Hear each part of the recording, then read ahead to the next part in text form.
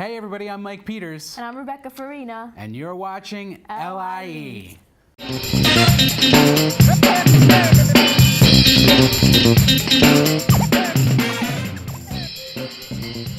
Coming up this week, we're going to take a look at the pics you sent us. We'll have some beauty tips with Emily. More kitchen tips. And a look at Memorial Day. All that and more on LIE. Whoa! Woo, here we go. Guess what it is? That's this week's hashtag? It's this week's hashtag of the week, but first we have to look at last week's hashtag of the week. Let's take a look at last week's, which was, pictures. Of course, hashtag missing sock mystery. And what is the missing sock mystery? It's this phenomenon that we always lose at least one sock in a pair, and then we don't know where it went. Where did it go? I hope that those pictures helped you solve the mystery of the missing socks. Or maybe confused you more and made you cry over that missing sock, but it's going to be okay. It'll be all right. So, Rebecca, what is this week's hashtag? This week's hashtag of the week is hashtag awkward dad. And it was inspired by this picture that I caught of my dad. Oh, boy. He was taking a phone call on my sister's phone, much to his dismay. And as you can see, it's a phablet, which is part tablet, part phone. It's so huge. He was so confused. He didn't even know it was a phone. So if you have a picture of your dad or somebody's behaving dad, awkwardly, I'm sure you do. We even would like to see some older pictures if you can find them. Yeah, the classic photos. Use the hashtag awkwarddad and make sure you like us on Instagram. We're LIE_on PATV. Use the hashtag awkwarddad, and we'll be sure to put your pictures on the air next week. I'll see you next week with that one. Yeah, but in the meantime, let's take a look at some upcoming events on Long Island.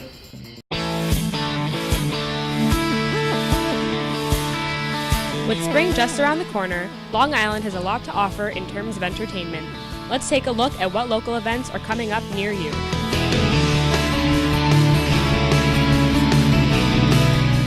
To all the parents and kids watching, keep an eye out for these upcoming family-friendly events. Hofstra University is offering a free program in which families can come and explore the art covering Hofstra's campus. Look at world art with the Beth Page Federal Credit Union Global Explorer Family Backpack and create their own masterpieces based on what they see. The events are available several times during the summer from 11 a.m. to 4 p.m. Please see www.hofstra.edu/community/museum/index for the date. Stony Brook will also feature the 2016 Minority and Women-Owned Business Enterprises Expo on June 28th. This event will give MWBEs the chance to meet New York State agencies, expand resources, and more to maximize their opportunities. If you meet the criteria, consider attending to better your business. Some big-name artists will be performing at Jones Beach this summer. Pop icon Janet Jackson will be making a special appearance this summer. Miss Jackson will be at Jones Beach on June 25th, so don't miss your chance to be a part of this great musical experience. Jones Beach will also feature bands Weezer and Panic at the Disco on June 30th. This is another rare opportunity to see two great bands side by side, so if nothing else has appealed to your taste so far, this may just be the concert for you. And if you've got any particular interests, there are many events on the island where you can meet people with similar tastes. Every Friday night of May, there will be a car show in the Belmore train station parking lot. This is a great chance for all the car lovers out there to check out all sorts of vehicles, both old and new, so don't forget to drop by. If you're a dog person, check out the All Breed Dog Show coming up this May. From May 20th to May 21st, the Planting Field Arboretum Historic State Park will host this event daily, beginning at 9 a.m. If you're a comic book fanatic or love a particular book, film, or TV series, the 4th annual Eternal Con is a chance for you to meet other fans, cosplayers, and even some celebrities. Eternal Con is Long Island's biggest comic convention and will be held at the Cradle of Aviation Museum from June 10th to June 12th. Start preparing your cosplay and get ready to meet some equally passionate fans. The Cradle of Aviation Museum will also hold the 2016 Technology Island Job Fair on Monday, June 20th from 10 a.m. to 2 p.m. For anyone seeking a job in the technological field, it's time to touch up your resume and dress to impress for the chance to land your dream job. And finally, for all you film buffs, the Long Island International Film Expo will be held from July 13th through the 21st at Belmore Movies. This event will be hosted by the Long Island TV and Film Foundation and the Nassau County Film Commission and will feature anywhere from 50 to 150 independent films. Submissions for films are now closed, but if you're interested in attending, grab your popcorn and come enjoy independent films from all over the world. And that's all we've got for now on upcoming events. Stay tuned for what's to come on LIE.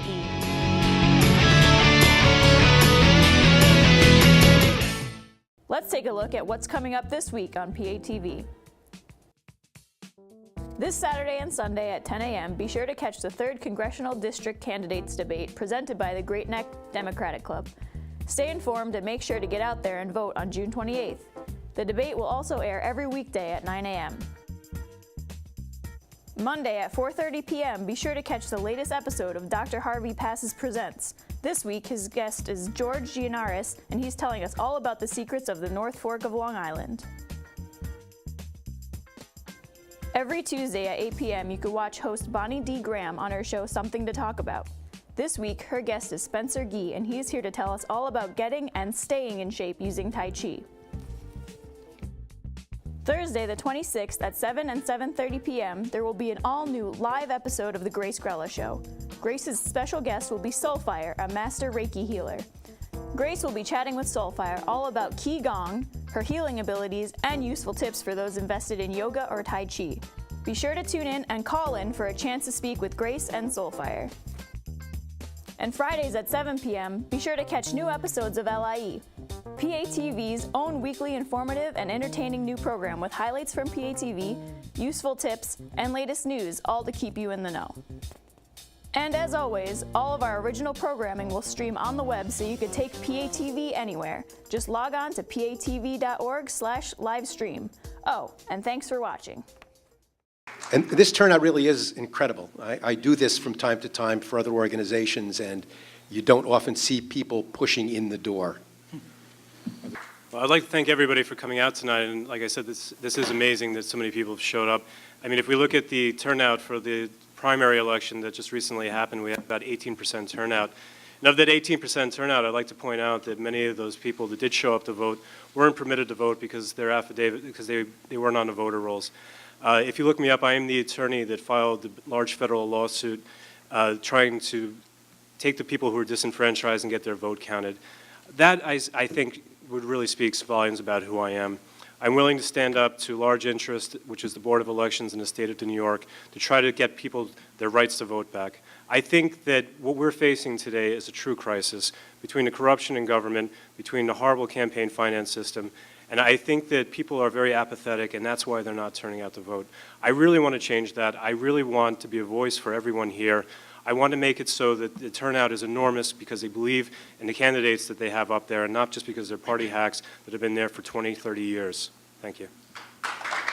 I'm running for Congress to build on a record that I'm very proud of, on a record of accomplishment, a record of making a difference for so many, not just locally, not just regionally and across our state, but even as a legislator. You do have the opportunity to see up close and personal how one person working with others and other levels of government across party lines can get things done and make a difference. That's what Steve Israel knows. When I earned his endorsement, he knows that I am the best candidate to best take forward our core democratic principles and win the general election in the fall. But I'm running not just to build on a record of accomplishment, but to continue my outstanding work with my staff on making a difference for so many. Here's an example that I like to cite. Dear Legislator Stern, I would like to take this opportunity to thank you for all of your help. I just learned my mother's home care assistance will be restored. She's 92 with dementia, and I'm her only caregiver. This assistance will assure her safety and give me some rest and peace of mind. This would not have happened without you. It is wonderful to know that I have a public official who truly cares. That's why I'm running for Congress, and I ask for your support. Thank you. Thank you. I hope you walk away, get a little sense of who we are. I can tell you this is a seat not about any one of these candidates sitting up here. It's about you. and who would be your closest voice? Who would fight for you the hardest? And who would try to deliver the best results for you? I can tell you, I've been a fighter all my life. This is another fight for me, and I'm really made for this fight. And I'm happy to say I would like to go to Congress and be your voice and your advocate. Bring back results, bring back funds to prevent substance abuse, bring back more funds so that we can make sure our borders are very safe, bring back results to make this place more affordable so our next generation can move in and make this a viable place for all of us to live together, for the seniors and the next generation. Also, work very hard to make sure that Planned Parenthood is there, because it's a place for a lot of people who don't have another place to go to. It's about being a voice for people who don't have a voice. Thank you. Everyone up here is a good Democrat, and there's not much difference between us on policy issues, but I'm the one candidate that has a proven record of standing up to powerful interests to get things done on behalf of people, whether it was balancing the budget in Nassau County, whether it was fighting with the PBA when necessary, whether it was fighting Fix Albany and getting in trouble with Shelley Silver and Joe Bruno at the time. I've done everything I can to try and fight on behalf of people to make things better for people. I still believe in politics. Everybody's sick of politics these days. I still think politics is a noble profession. I still believe in the American dream. It's very simple. You work hard every day, you make enough money so you can afford to buy a house, you can educate your kids, you can buy health insurance, and you can retire one day without being scared. I'll do everything I can to address the structural problems that exist in this country, trying to build a coalition, a band of doers, Democrats and Republicans, working together to try and solve problems to make this country achieve its great potential that it has, because it's still the greatest place on earth, but there's serious problems that we face right now. And it requires people that are willing to stand up and be counted, because they're people of goodwill that actually want to do the right thing. It's not about extremism on each side, fighting each other just for the point of staking up for a particular point. It's about getting things done to actually solve problems to make people's lives better, and that's what I'll do if I'm your congressman. Thank you. So again, I'm running for Congress because I believe that the things I've done in my past are important. I think I understand how to navigate challenges that we face at the local level, the state level, the federal level. There are issues that are not just important to us here in Great Neck, but in Suffolk County, in Queens. The next congressman will be representing 3 different counties. We need to deal with co-op issues and how they're overtaxed. We need to deal with airplane noise. We need to deal with challenges that we're facing here with infrastructure and our bays and our water underneath where we are. At the end of the day, there are so many challenges with infrastructure and cost and trying to make our communities sustainable, helping our schools, which are facing challenges as well. In some respects, they may even be under attack. There's a disconnect between how our teachers are respected and how testing is applied. And so that needs to be changed. The federal government needs to have a different analysis, a different mechanism for connecting to schools, because right now it's not working. I think that there are so many areas where a congressman needs to focus, but it has to start locally. It has to start with the people who are living in the community, who are dealing with challenges that they're facing, and we need to figure out how to work together, but how to get those resources, pass the laws, make sure that we're doing everything necessary to give us a fighting chance to make the dream come true. At the same time, we have to stand. I'll close with one thing. It was a fast minute. Sorry, you got to move on. We have to stand with each other. I'll leave it at that. There you go.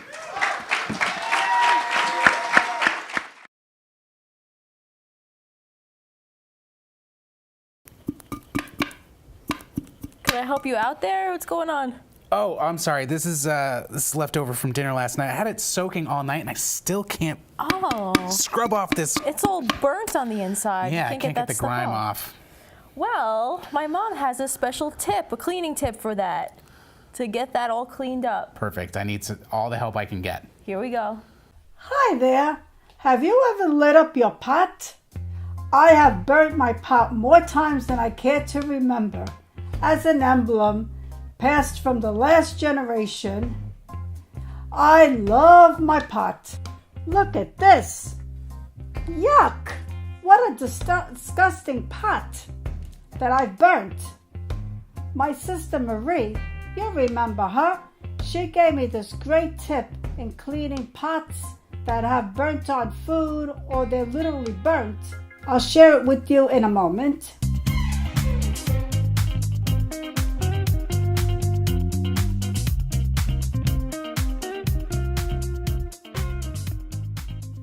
The tip is to use dishwasher powder.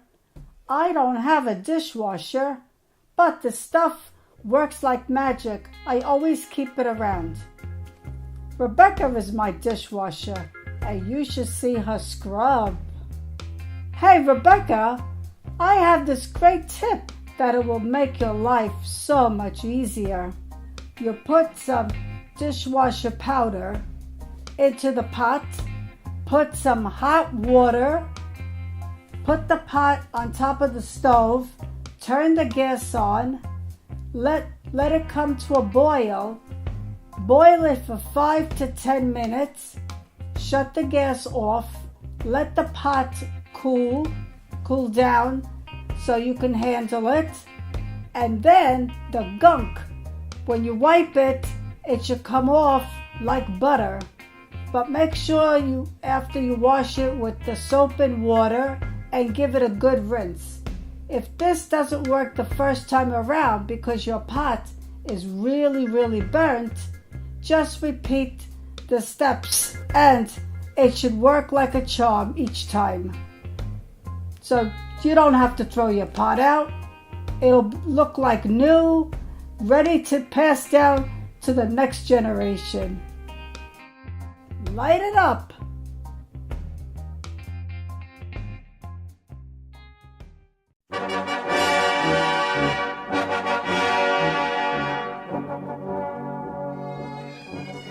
I'm Julia Henry, and I was Poppy Queen of this year's Memorial Day Parade. I'm an 11th grader from Manhasset High School, and it's crazy to me to be Poppy Queen this year because I've been going to the Memorial Day Parade since I was a young Girl Scout, Daisy to Brownie to junior Girl Scout. I'm still a Girl Scout today, and not only to be Poppy Queen, I will be going to Empire Girl State for a week in June, and I've heard amazing things about the program, and I'm sure it will be an amazing experience, and I will learn a lot there. So it means more than just sitting on a car and waving. It means I've really done everything to actually get here and to be awarded this amazing opportunity. Thank you.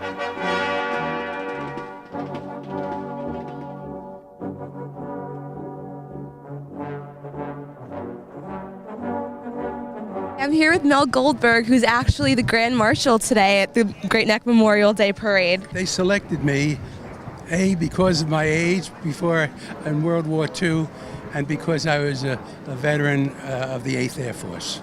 Can you tell me a little bit about your experiences as a veteran? Well, during the war, this was World War II, I flew 34 missions. I got an Air Medal with 3 clusters and a Distinguished Flying Cross. But mostly I was lucky because I finished and I was alive. Can you tell me a little bit about the duties and honors that come along with being Grand Marshal? All I had to do was ride in a beautiful red Mercedes, get up here and make one little speech, and that was it. In your opinion, what constitutes a good serviceman? A man who is, or a woman, who believes in this country, believes in liberty and freedom, and respects and has a feeling for his peers. They respect each other, and when you're in service, everyone's a brother. Okay, thank you so much for your service and congratulations on being Grand Marshal. Thank you very much. So that was a look at last year's Manhasset and Great Neck Memorial Day parades.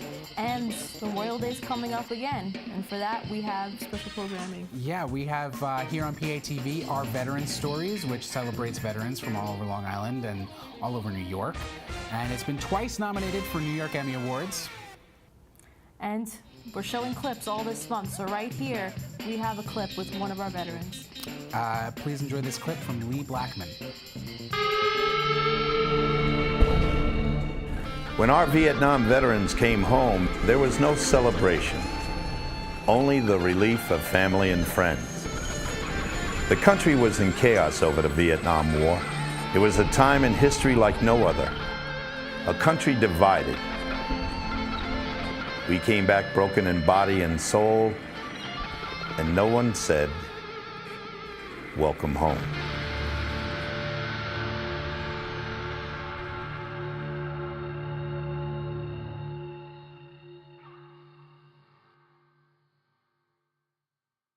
It was reality set in the first time. We're here. This is the real thing. There's no training. It's nothing to read about or talk about. This is it. We're in the belly of the beast. I was shot. Sniper shot me. I didn't know I was shot. All I felt in my arm was like somebody had jogged me in the arm, and when I went to grab my rifle, all I saw was like the rifle firing down. It didn't move up. So when I looked at my arm and saw the blood squirting out of my arm, I goes into panic. They say shock, but when people see life leaving out your body, it's a whole different feeling. I mean, you go berserk. But that was a chaotic day. That was like, am I going to make it? Am I going to make it out of here? Because all hell broke out.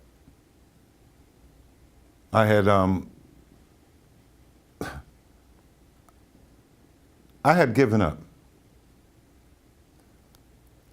Some of my friends were shot, which you couldn't do anything. The corpsman that, when they mentioned corpsman up to do my arm, treat me, he was shot also. And the thing that happened is when they tried to land the helicopter into medevac me out the first time, we was positioned on a hill, and the helicopter couldn't land on the hill. But when the first med, we call them first meds, when they came, all hell broke out on the helicopters. The helicopters came in to pick me up, and they had to leave out. They had to go back. They sent in the Cobras. The Cobras came in, landed gunfire where we told them that the enemy was at, and they left. And when the helicopter came the second time to get me out, the guys told me, "Sergeant, you're going home. You're going home, Sergeant." And I'm looking down at the guys, drugged up. I see the guys waving, the helicopter pulling up. And I felt bad. I feel bad up until now, but I did get in contact with a few of the guys. And I felt bad because I had to leave them.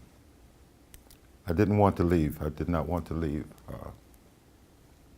But the first contact after that, I met a friend of mine named Larry First.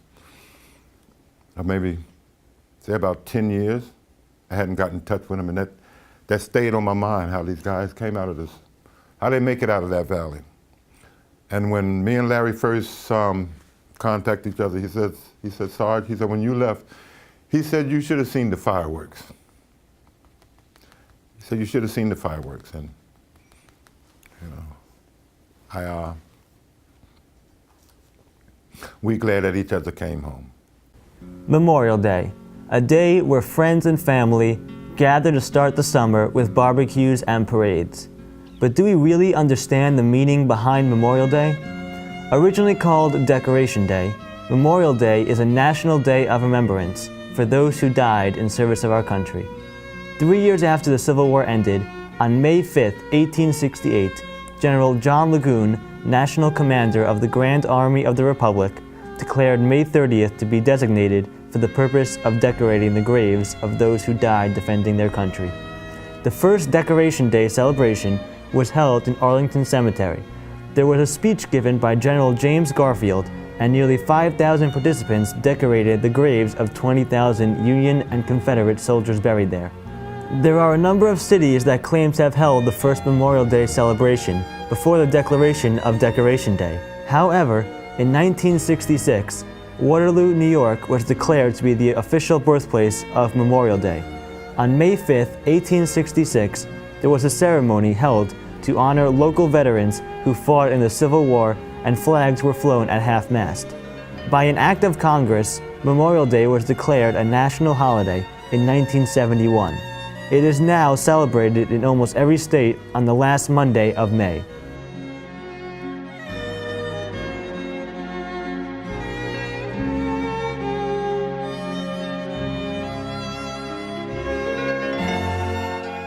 Do you like gaming? I love gaming. Take a look at these video games. Hello, my name is Josh. I'm here with Frank. Yo, how you guys doing? And today I'm talking about Battleborn. Battleborn is a cartoon-based first-person shooter. It's sort of like the game TF2. It has like the tank to support the defense and offensive classes. I don't really know much about it, but it seems like an interesting game. I'm probably going to try it if it's free, but Yeah, so what are you talking about today? Today I'm talking about Tales from the Borderlands Complete Edition, and I gotta say it's gonna come out soon, and honestly it's gonna be great, guys. Okay, because I love Borderlands. I love everything about Borderlands. I've played all the games, even though this one's different because it's like a Telltale game. It's more story based, not really shooting wise. Honestly, you all love it. It has a great story to it. Okay. This is LIG, and thank you for watching. Thank you, guys.